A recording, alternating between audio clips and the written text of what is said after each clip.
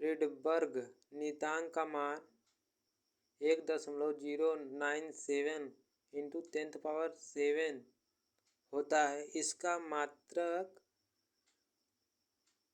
मात्रक मीटर होता है एवं इसे R द्वारा प्रदर्शित किया जाता है। फिर से समझ ले, रिडबर्ग नियतांक का मान 1.097 × 10⁻7 होता है। ठीक है, इसका प्रति मीटर होता है, इसका मात्रक, इसे R से प्रदर्शित करते हैं। अगला पॉइंट, किसी परमाणु को आयनित करने के लिए आवश्यक बाह्य ऊर्जा को आयन ऊर्जा कहते हैं। ठीक है, हाइड्रोजन परमाणु की आयन ऊर्जा 13.6 इलेक्ट्रॉन वोल्ट होती है। हाइड्रोजन परमाणु की आयन ऊर्जा 13.6 इलेक्ट्रॉन वोल्ट होती है। बोर का परमाणु मॉडल इलेक्ट्रॉन की तरंग प्रकृति के संबंध में कोई सूचना नहीं दे सकता। बोर का परमाणु मॉडल इलेक्ट्रॉन की तरंग प्रकृति के संबंध में कोई सूचना नहीं दे सका। अगला पॉइंट, रदरफोर्ड के परमाणु मॉडल के अनुसार किसी परमाणु के भीतर एक अति सूक्ष्म स्थान होता है जहाँ संपूर्ण धन आवेश संकेंद्रित रहता है। इस स्थान को परमाणु का नाभिक कहते हैं। फिर से समझ लें। रदरफोर्ड के परमाणु मॉडल के अनुसार किसी परमाणु के भीतर एक अति सूक्ष्म स्थान होता है जहाँ संपूर्ण धन आवेश संकेंद्रित रहता है। इस स्थान को परमाणु का नाभिक कहते हैं। नील बोर का परमाणु मॉडल की व्याख्या कीजिए। ठीक है, आज हम नील बोर का परमाणु मॉडल पढ़ेंगे। डेनिश भौतिक वैज्ञानिक नील बोर ने रदरफोर्ड द्वारा प्रस्तुत नाभिकीय मॉडल के दोषों को प्लांक के क्वांटम सिद्धांत की सहायता से दूर किया और मॉडल प्रस्तुत किया जिसे बोर का परमाणु मॉडल कहते हैं। फिर से समझ लीजिए।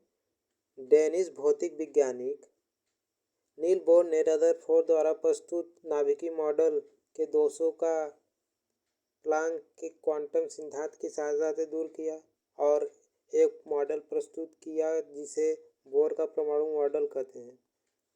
ठीक है, बोर के परमाणु मॉडल के मूल अभिगृहित प्रथम अभिगृहित है। इलेक्ट्रॉन केवल उन्हीं कक्षाओं में घूमते हैं जिनका कोणीय संवेग h/2 पाई का पूर्ण गुणज होता है, जहाँ प्लांक नियतांक है जिसका मान 6.6 दशमलव 10⁻⁻34 जूल सेकेंड होता है। माना m द्रव्यमान का एक इलेक्ट्रॉन r त्रिज्या की कक्षा में v वेग से घूम रहा है, तो इलेक्ट्रॉन का कोणीय संवेग mvr होगा। तब बोर के इस अभिगृहित के अनुसार mvr/nh/2 पाई n एक पूर्णांक है जिसे मुख्य क्वांटम संख्या कहते हैं। नाभिक के चारों ओर अनेक कक्षाएं होती हैं, लेकिन इलेक्ट्रॉन नाभिक की ओर कुछ निश्चित कक्षाओं में घूमते हैं, सभी कक्षाओं में नहीं घूमते। इन निश्चित कक्षाओं को स्थायी कक्ष कहते हैं। समझ गए? द्वितीय अभिगृहित किसी भी स्थायी कक्ष में घूमते हुए इलेक्ट्रॉन ऊर्जा का उत्सर्जन नहीं करते हैं। अगर कोई इलेक्ट्रॉन वहाँ पे घूम रहा है तो वहाँ ऊर्जा का उत्सर्जन नहीं हो, क्योंकि उनमें अभिकेंद्र त्वरण होता है, जिसके कारण परमाणु का स्थायित्व बना रहता है। ठीक है। हाँ, तृतीय अभिगृहित चित्र देख रहे हैं नील बोर का परमाणु मॉडल।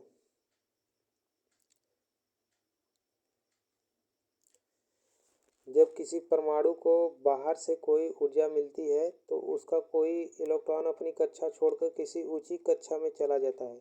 जब उसे बाहर से कोई ऊर्जा मिलती है तो उसका कोई इलेक्ट्रॉन अपनी कुछ इलेक्ट्रॉन अपना कक्षा छोड़कर ऊंची कक्षा में चला जाता है, अर्थात उत्तेजित अवस्था में चला जाता है, जिसे चित्र में दिखाया गया है।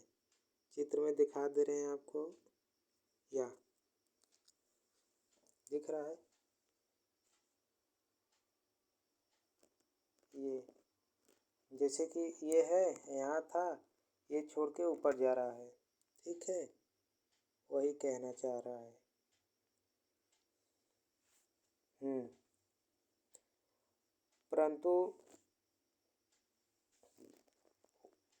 परंतु ऊंची कक्षा में इलेक्ट्रॉन केवल 10⁻⁸ सेकेंड ही ठहर कर तुरंत ही अपनी निची कक्षा में वापस लौट आता है। समझ गए? केवल 10⁻⁸ सेकेंड ही ठहर कर तुरंत अपनी निची कक्षा में वापस लौट आता है तथा वापस लौटते समय दोनों कक्षाओं में ऊर्जा के अंतर को विद्युत चुंबकीय तरंगों के रूप में उत्सर्जित कर देता है। ठीक है, जब वापस आएगा तो अपने कक्षाओं को ऊर्जा के अंतर विद्युत चुंबकीय तरंगों के रूप में उत्सर्जित कर देता है। यदि ऊंची तथा इलेक्ट्रॉन की ऊर्जा E1 तथा नीची कक्षा में इलेक्ट्रॉन की ऊर्जा E2 तथा उत्सर्जित तरंग की आवृत्ति v है, तो hv बराबर E2 - E1 V बराबर E2 माइनस E1 बटे H। इस आवृत्ति को बोर की आवृत्ति प्रतिबंध कहते हैं। ठीक है। बोर के परमाणु के मॉडल के दोष।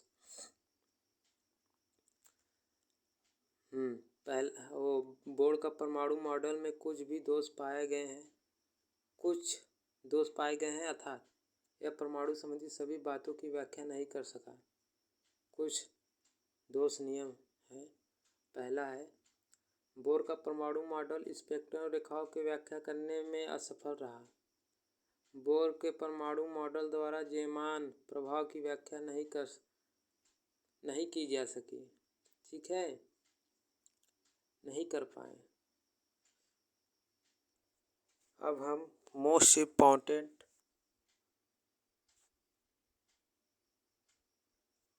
रदरफोर्ड का परमाणु मॉडल पढ़ेंगे, जो बोर्ड परीक्षा में हर साल आता है।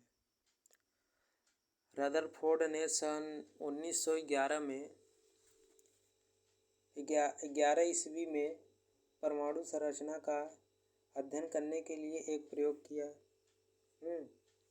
इसे रदरफोर्ड ने रेडियोएक्टिव तत्व पोलोनियम की गति ऊर्जा से निकलने वाली अल्फा किरणों की एक किरण पुंज को एक बहुत पतले स्वर्ण के पात्र पर गिराया तथा फिर देखा कि स्वर्ण पत्र से गुजरते हुए यह अल्फा कण विभिन्न दिशाओं में विक्षेपित हो जाते हैं।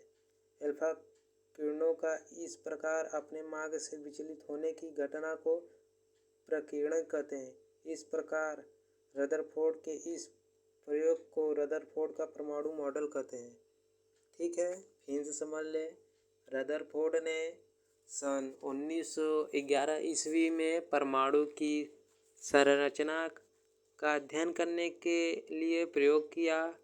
इसमें रदरफोर्ड ने रेडियोएक्टिव तत्व पोलोनियम की गतिज ऊर्जा से निकलने वाली अल्फा किरणों की एक किरण पुंज को एक बहुत पतले स्वर्ण के पत्र पर गिराया तथा फिर देखा कि स्वर्ण पत्र में गुजरते हुए अल्फा कण विभिन्न दिशाओं में विक्षेप हो जाती, मतलब फैल जाती है।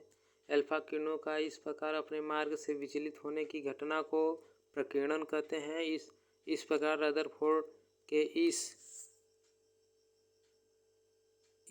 प्रयोग को रदरफोर्ड का परमाणु मॉडल कहते हैं। रदरफोर्ड के परमाणु मॉडल के तथ्य।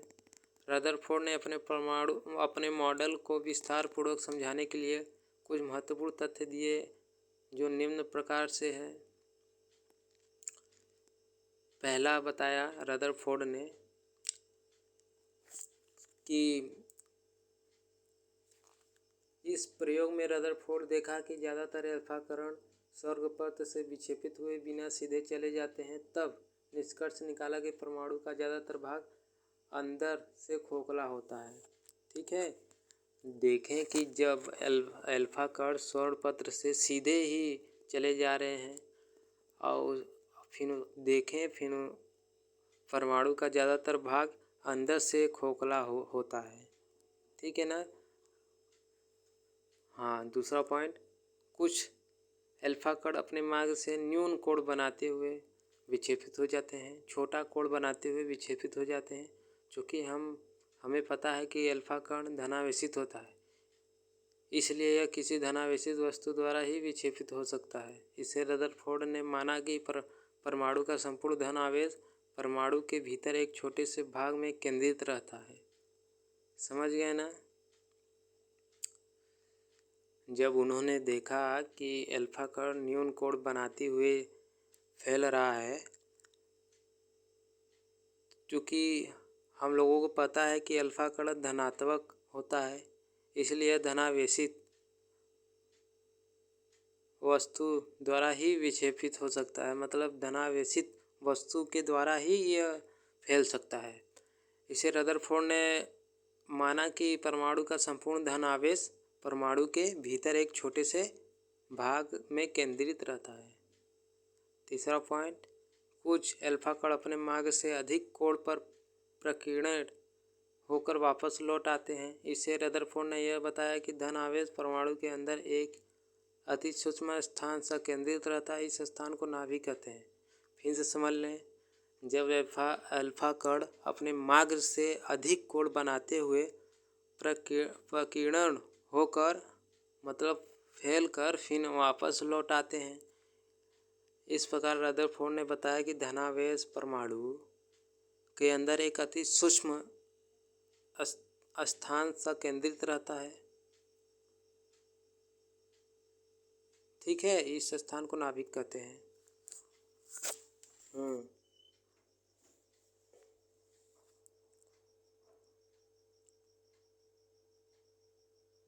चित्र द्वारा स्पष्ट है कि अल्फा कण नाभिक के जितने समीप होता है उस पर ही अधिक प्रतिकर्षण बल लगता है। समझ गए ना? जैसे कि जितना ये नज़दीक है फिर प्रतिकर्षित बल लग गया, ये नज़दीक है ये प्रतिकर्षित बल लग गया,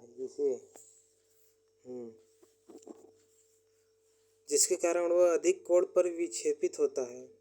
इसके विपरीत अल्फा कण नाभिक से जितनी दूरी पर होता है उस पर उतना ही कम प्रतिकर्षण बल लगता है, जिसके कारण वह न्यून कोण पर विक्षेपित होता है। ठीक है ना? गणना द्वारा यह बताया गया कि नाभिक की त्रिज्या 10 घाटे -15 की कोटि की होती है तथा परमाणु की त्रिज्या 10 घाते -10 की कोटि की होती है। इस आधार पर हम कह सकते हैं कि नाभिक की त्रिज्या परमाणु की त्रिज्या के 10,000वें भाग के बराबर होती है। नाभिक के अलावा शेष भाग में केवल इलेक्ट्रॉन ही होते हैं जो अपनी अपनी कक्षाओं में घूमते रहते हैं। रदरफोर्ड के परमाणु मॉडल की कमियां। रदरफोर्ड के परमाणु मॉडल में 2 कमियां पाई गई जो निम्न प्रकार है। पहला, रदरफोर्ड द्वारा प्रस्तुत परमाणु मॉडल परमाणु के स्थायित्व की व्याख्या नहीं कर सका। ठीक है। दूसरा, रदरफोर्ड द्वारा प्रस्तुत परमाणु मॉडल रेखीय स्पेक्ट्रम की व्याख्या नहीं कर सका। बोर का भी नियम रेखीय स्पेक्ट्रम का व्याख्या नहीं कर सका। ठीक है।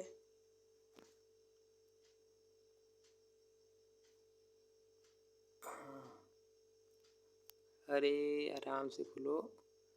अब हम पढ़ेंगे हाइड्रोजन स्पेक्ट्रम। हाइड्रोजन स्पेक्ट्रम हम पढ़ेंगे जो बोर्ड परीक्षा में बहुत इम्पोर्टेंट है। हाइड्रोजन स्पेक्ट्रम की व्याख्या सबसे पहले बाबर ने की थी और बाबर ने बताया कि हाइड्रोजन स्पेक्ट्रम में काली पृष्ठभूमि पर बहुत सी चमकीली रेखाएं होती हैं। ठीक है ना? जिनकी चमक तथा उनके बीच की दूरी घटती जाती है। इस प्रकार यह रेखाएं एक श्रेणी का समूह बनाती है जिसे बाबर श्रेणी कहते हैं। हाइड्रोजन स्पेक्ट्रम की श्रेणियां। हाइड्रोजन स्पेक्ट्रम का जो ये चित्र है देख लीजिए। बाबर श्रेणी ये है, लाइमन श्रेणी ये है, पार्शल श्रेणी ये है, क्रेटिस श्रेणी है, फुटेज श्रेणी ऊपर है। उत्तेजित अवस्था, आयनित अवस्था, निर्मित अवस्था। लाइमन श्रेणी, जब किसी परमाणु में इलेक्ट्रॉन किसी उच्च ऊर्जा स्तर से प्रथम निम्न ऊर्जा स्तर में आता है। ठीक है ना? चित्र में आपको दिखा रहे हैं, जैसे यहाँ से उच्च से चला फिर निम्न में आया है, यहाँ ऐसे।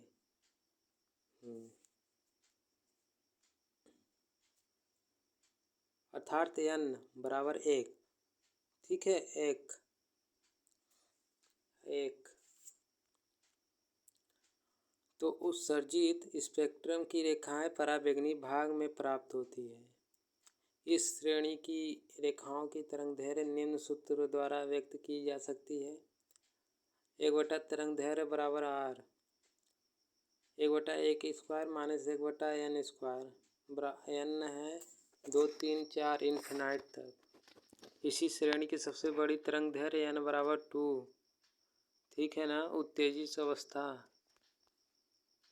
2 के लिए 1 2 1 6 तथा सबसे छोटी तरंगदैर्घ्य n बराबर इन्फिनाइट के लिए 912 प्राप्त होती है।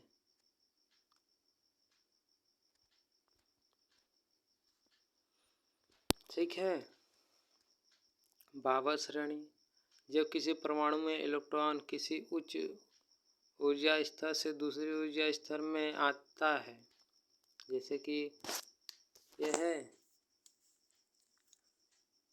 उच्च ऊर्जा स्तर से, ठीक है, आ रहा है दूसरी ऊर्जा स्रोत, ये दूसरी है, ठीक है ना, ये दूसरी है, से आ रहा है, ठीक है। तो अर्थात n=2, तो उत्सर्जित स्पेक्ट्रम की रेखाएं दृश्य भाग में प्राप्त होती हैं, दृश्य भाग में प्राप्त होती है। इस श्रेणी की रेखाओं की तरंगदैर्घ्य निम्न सूत्रों द्वारा व्यक्त की जा सकती है। एक बराबर अल्फा बराबर आर, अरे तरंगदैर्घ्य बराबर R 1/2 square minus 1/n square, n 3 4 5 infinite. इस श्रेणी की सबसे बड़ी तरंगदैर्घ्य n=3 के लिए 6 5 6 3 तथा सबसे छोटी तरंगदैर्घ्य n=इन्फिनाइट के लिए 3 6 4 6 प्राप्त होती है।